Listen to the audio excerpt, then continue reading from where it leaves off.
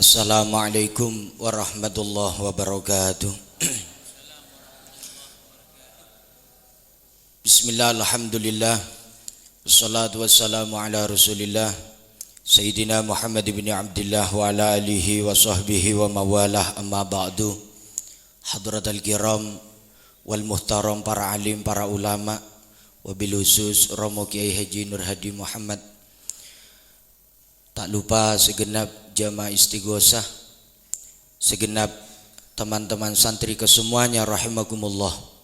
Pertama, mari kita panjatkan syukur kehadirat Allah Subhanahu wa taala, yang mana pada malam ini kita masih dilimpahkan beberapa ribuan rahmat, taufik serta hidayah oleh Allah Subhanahu wa taala, sehingga kita bisa berkumpul, berzikir, bersolawat di tempat ini dalam keadaan sehat walafiat. Semoga kumpul-kumpul kita yang seperti ini betul-betul dijadikan tambahan amal ibadah yang diterima oleh Allah Subhanahu wa taala. Salawat ma'assalam semoga tetap tercurah limpahkan kepada Nabi kita Nabi Muhammad sallallahu alaihi wasallam. Ma'asyiral hadirin rahimakumullah. Sebelum kita melanjutkan sedikit keterangan di dalam kitab As-Siyam, terlebih dahulu saya ingin menjawab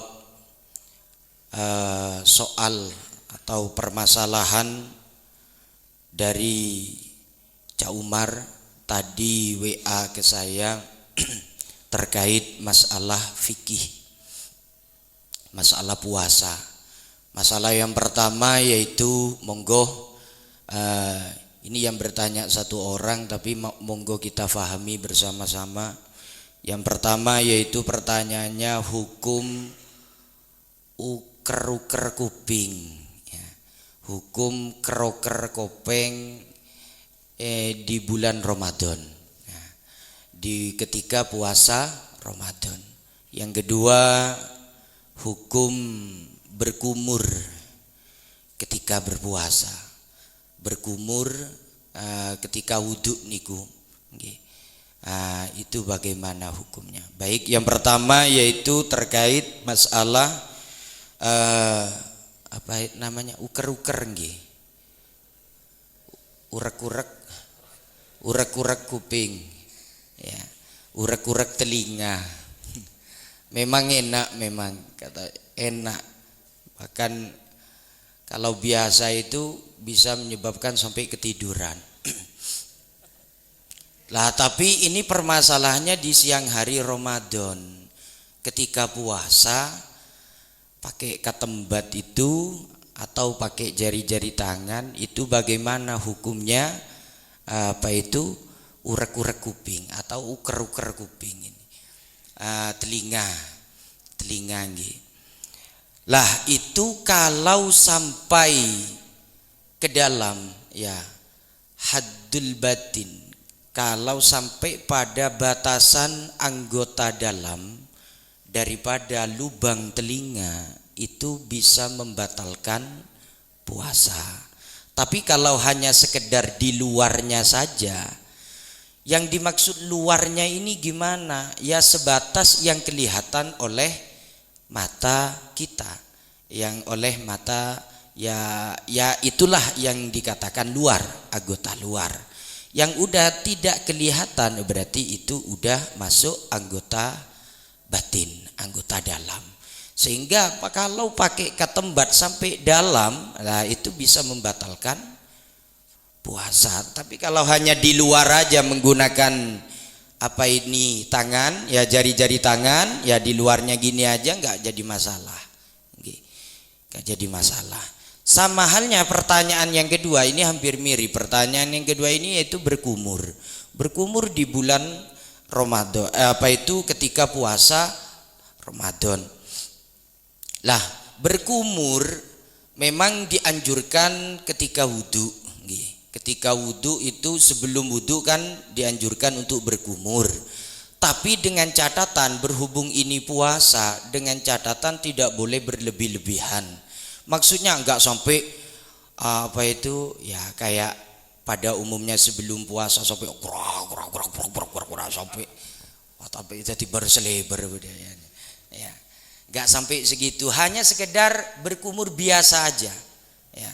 Itu enggak membatalkan puasa. Enggak sampai membatalkan puasa. Cuman terjadi masalah kalau sampai air itu tertelan. Kalau sampai air itu tertelan. Lah kalau tertelan, hukum air tertelan ketika berkumur di siang hari Ramadan, puasa Ramadan. Lah kalau tertelan itu berkumurnya itu berlebih-lebihan,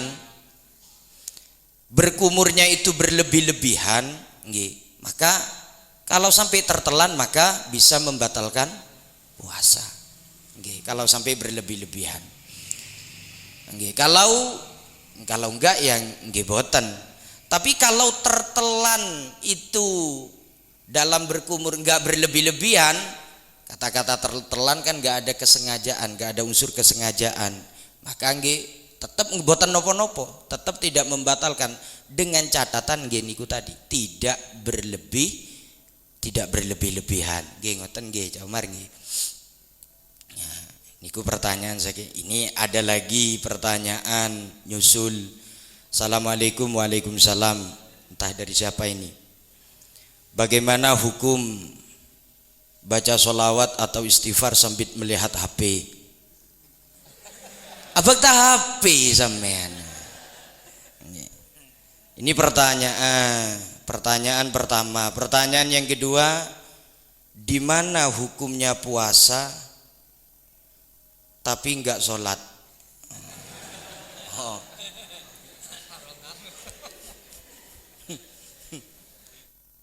Berbaju takwa tapi kata Pak Paidi ini enggak pakai sarung, kayak ngabengkanya.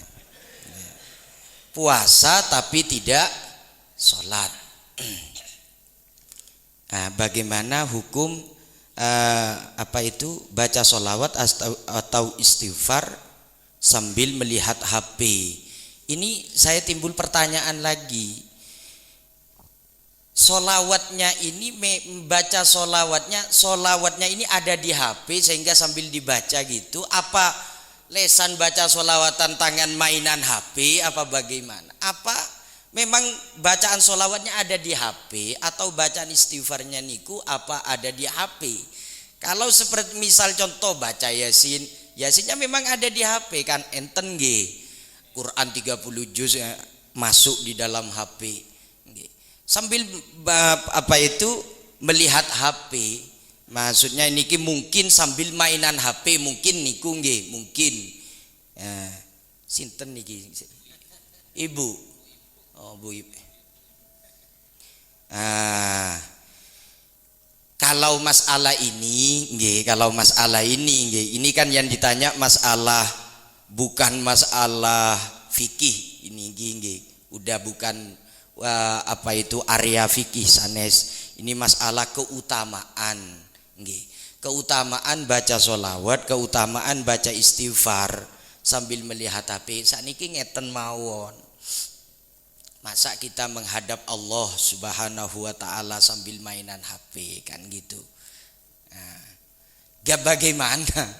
Mau husuk bagaimana? Laung istighfar itu suruh yang husuk, sholawat juga suruh yang nyambung, kata Gus Maulana kemarin niku harusnya nyambung pada Kanjeng Nabi. Lah tangan sambil YouTubean, bagaimana mau nyambung? Bukan masalah hukum haram mubah wajibnya enggak, bukan masalah niku niki bonan kalau masalah baca sholawat, baca istighfar niki tapi yang sayugjanya kalau masalah hukumnya monggo silahkan aja baca sholawat, baca istighfar sambil megang HP monggo mawon, tapi pantes nopo boten kantun ngoten lho niku. Terus di mana hukum puasa tapi tidak sholat? Puasa tapi tidak sholat ya muang tompeng akan butir ini. Ya sama-sama nggak ada apa ya? Nggak dapat apa-apa. Ya, nggak dapat apa-apa. Puasa tapi nggak sholat, nggak dapat apa-apa. Daripada puasa tersebut. Ngeten nggih? Niku saya jawab secara global mawon. Mungkin lain waktu ada tambahan lagi, monggo. Bismillah, saya lanjut sekarang. Monggo kita ngaji. Saya lanjutkan pembacaan kitab. Kemarin melanjutkan khutbahnya Kanjeng Nabi Muhammad sallallahu alaihi wasallam. Bismillahirrahmanirrahim. Wa huwa syahrus sabri was-sabru thawabuhu al-jannah. Bulan Ramadan ini merupakan bulan untuk melatih kesabaran. Bulan Ramadan ini merupakan bulan untuk melatih kesabaran. Memang seperti keterangan kemarin malam, yaitu ketika puasa itu ya, amarah itu seakan-akan sulit untuk dikendalikan. Kayaknya mau marah tuh, apalagi dagang gak laku-laku, apalagi ada yang garai gitu ya. Terutama ibu-ibu ya, ketika masak ya, ada yang garai anak yang begini ya, ada yang begini, ada yang kayak mau marah terus. Lah itu memang bulan ini, bulan Ramadan ini memang latihan untuk bersabar. Memang dilatih oleh Allah Subhanahu wa taala untuk menahan nafsu. Menahan hawa nafsu biar tidak diumbar. Lah perlu diketahui was-sabru thawabu al-jannah. Sabar enggak ada lagi pahalanya, yaitu surganya Allah Subhanahu wa ta'ala. Dan juga dalam khutbahnya Kanjeng Nabi, wa syahrul muwasah, bulan Ramadan ini merupakan bulan untuk berbagi, saling berkasih sayang, saling mengasihi antara satu dengan yang lain. Misalkan kita yang punya kelebihan harta, kepingin membelikan sesuatu untuk anak yatim ya, timbul seperti itu. Memang ini bulannya memang bulan untuk berbagi. Memang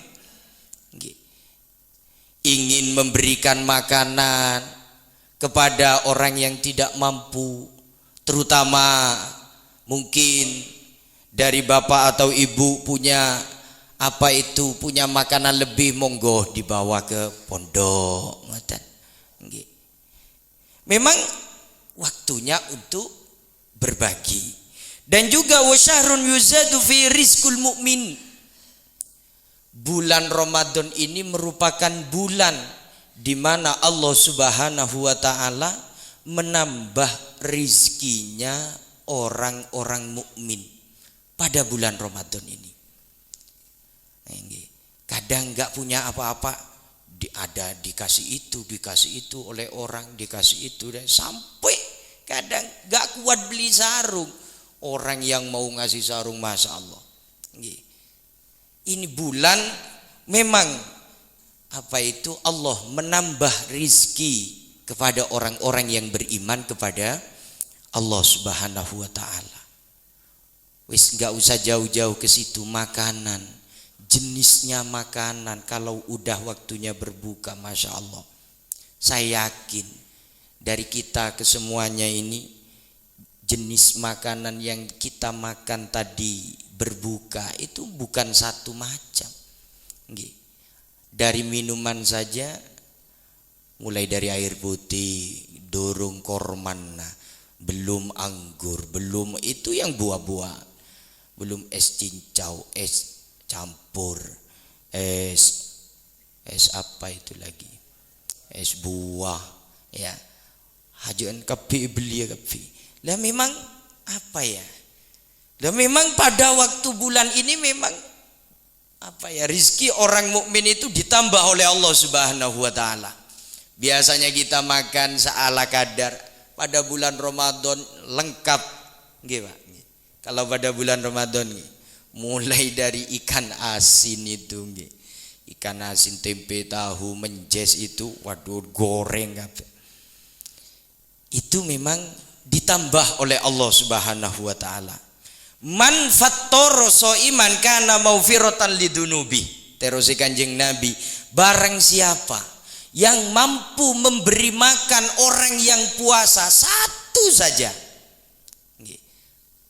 mampu memberi makan orang yang puasa satu saja, karena maghfiratan lidunubi, maka itu merupakan maghfirah atas dosa-dosanya orang tersebut, menjadi tebusan atas dosa-dosanya orang tersebut. Ya, nggak perlu banyak, satu saja kasih makan ya orang-orang yang puasa, yang sedang lapar karena puasanya. Ya, sampean ada foam, habis itu bawa, kasihkan pada tetangganya, pada temannya. Lah itu maghfirah lidunubi. Apakah harus ikan enak? Enggak, penting makanan. Bukan itu saja. Wa'idku roko wa'idku rokobati minanar, dan itu merupakan jaminan dari Allah Subhanahu wa taala, dirinya dimerdekakan dari nerakanya Allah Subhanahu wa taala. Ini mampu memberi makan satu orang yang sedang puasa. Bukan itu saja, wa kana lahu mithlu ajrihi min ghairi ayyanqusa min ajrihi syai'un. Orang tersebut diberi pahalanya orang yang puasa tadi, yang diberi makan itu ya utuh, sama seperti puasanya orang yang sama seperti pahalanya orang yang puasa yang diberi makan itu tadi. Jadi double. Di mana dirinya puasa masih memberi makan orang yang puasa, jadi dapat double, dapat dua, pahala puasanya itu dapat dua, tidak dikurangi. Min ghairi ayyanqusa min ajri syai'un, tidak dikurangi sedikit pun oleh Allah Subhanahu wa taala dari pahalanya orang yang puasa tersebut. Niku bagi orang yang mampu memberikan makan orang yang puasa satu saja, apalagi sampai sak pondok yang diberi makan. Saya kira orang yang memberi makan gak perlu puasa, saya kira gak perlu puasa ya, udah dapat puasanya orang-orang yang sepondok. Sahabat bertanya, ya Rasulullah, laisa kulluna yajidu ma yufattiru shaim. Kanjeng Nabi, kami nggak punya makanan, Kanjeng Nabi, untuk memberi makan orang yang puasa. Langsung dimakan sendiri kurang, kata sahabat. Kalau gimana Kanjeng Nabi kalau kami ini? Terus Kanjeng Nabi, yu'tillahu hadat thawab man fattara shaiman ala tamrotin. Sahabat nggak perlu repot-repot, sebutir korma saja. Nggak perlu repot-repot sak fum sampean, nggak perlu repot-repot sak wakul. Sebiji kurma saja kasihkan kepada orang yang puasa. Itu sudah sama seperti itkun minanar maghfiratan lidunubi, menjadi tebusan atas dosa-dosanya orang tersebut. Kalau tidak punya Kanjeng Nabi, sebutir kurma nggak punya. Kalau kita kan sulit untuk memiliki kurma, kita kan sulit. Kita bukan orang Arab. Montak meleh ke Malang tandi kurma nggih, Pak. Entar ke kebun mau ke ladang nggak ada kurma. Wah beda bungkana nyor. Ya ngalak bungkana nyor degan ya. Lah kalau nggak punya kurma Kanjeng Nabi gimana? Permen. Beli permen saada nggih, sebede tuum. Isi berapa itu nggih? 50 permen. Wah, ini kebagian semua ini. Permen Mentos. Mau beli kurma terlalu mahal, beli permen. Nggih. Kalau tidak punya permen Pak, gimana? Surbi ma'in al putih. Ambil air dari keran, air putih. Mau beli aqua mahal nggih. Ambil air dari keran nggih, segelas saja. Bagikan pada orang yang puasa. Oh, enten Bapak itu tak kira pilek. Ya, enggak. Lah itu ya menjadi kafaratun lidunubi, menjadi penebus atas dosa-dosanya orang tersebut. Saking murahnya Allah Subhanahu wa taala, rahmat Allah Subhanahu wa taala pada bulan Ramadan. Ma'asyiral hadirin rahimakumullah. Saya lanjut kapan-kapan lagi, insya Allah saya lanjut besok. Sekian apa yang dapat saya sampaikan, semoga menjadi tambahan ilmu yang manfaat barokah. Sekali lagi kalau ada tambahan apa itu permasalahan terkait puasa, monggo ditanyakan, kita fahami bersama-sama. Sekian dari kami, kurang lebihnya mohon maaf. Wassalamualaikum warahmatullahi wabarakatuh.